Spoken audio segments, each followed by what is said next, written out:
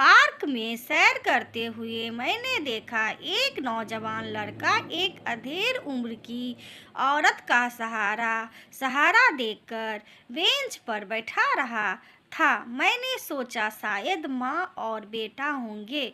उन्हें देखकर कुछ महिलाएं खुसूर फुसूर करने लगी। मेरे पूछने पर उन्होंने बताया वे माँ बेटा नहीं है, लेकिन एक ही घर में एक साथ रहते हैं। एक औरत कहने लगी, कैसी चरित्रहीन औरत है। मैं बोली, आपको कैसे पता इन दोनों का कौन सा रिश्ता है?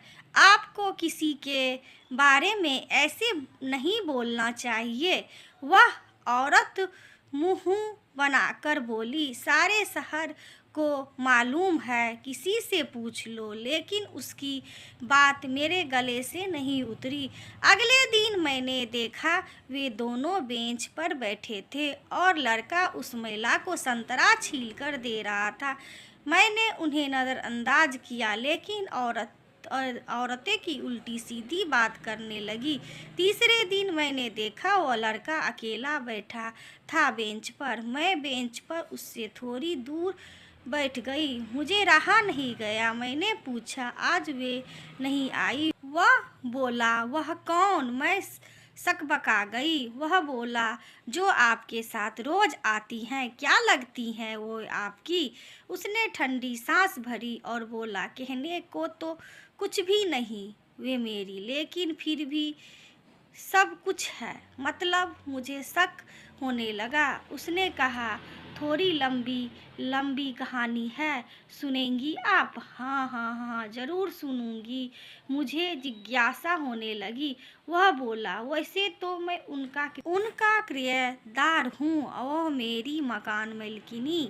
मैं इस शहर में नया नया आया था, नौकरी के सिलसिले में, और रहने की जगह ढूंढ रहा था तो किसी ने आंटी के घर का पता बताया। मैं उनसे मिलने गया। वे अकेली रहती थी, बहुत बड़े घर में। पति गुजर चुके हैं। 2 बेटियां हैं जिनकी शादी हो चुकी है।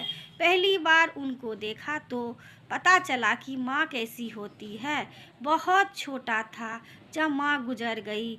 उनकी शक्ल तक याद नहीं है। पापा ने दूसरी शादी कर ली। नई माँ का प्यार कभी नहीं मिला। आंटी के घर में किराए पर रहने लगा। आंटी बहुत अच्छा खाना बनाती है। पहली बार पता चला कि माँ के हाथों का खाना में कितना स्वाद होता है।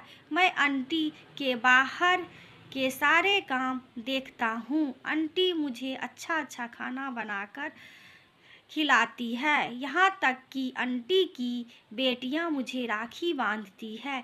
लेकिन लोग तरह तरह की बातें करते हैं। मैं आंटी को इतवार को बाहर घूमने ले जाता हूँ, बाहर खाना खिलाता हूँ, फिल्म दिखाता हूँ। अंकल के जाने के बाद आंटी जैसे जीना भूल गई थी। अब वे खुश रहने लगी।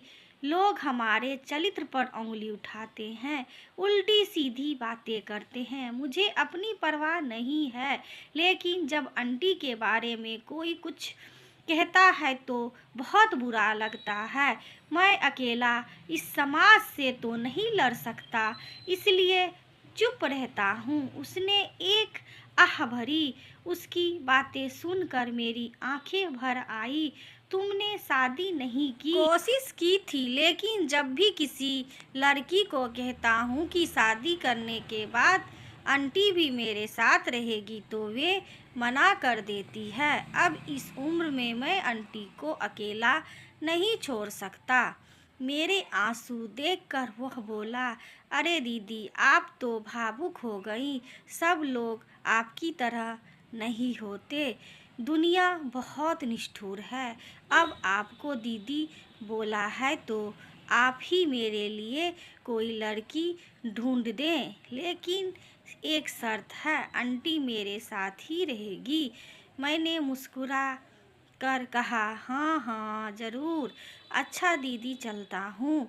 आंटी की तबीयत ठीक नहीं है, वह घर पर अकेली है। वह चला गया। मैं सोचने लगी, चरित्रहीन वह औरत है या हमारा समाज। दोस्तों, ये कहानी आप सभी को कैसे लगी? यदि अच्छी लगी हो तो लाइक, सब्सक्राइब, शेयर ज़रूर करें दोस्तों। वीडियो देखने के लिए आप सभी दोस्तों का थैंक यू, धन्यवाद।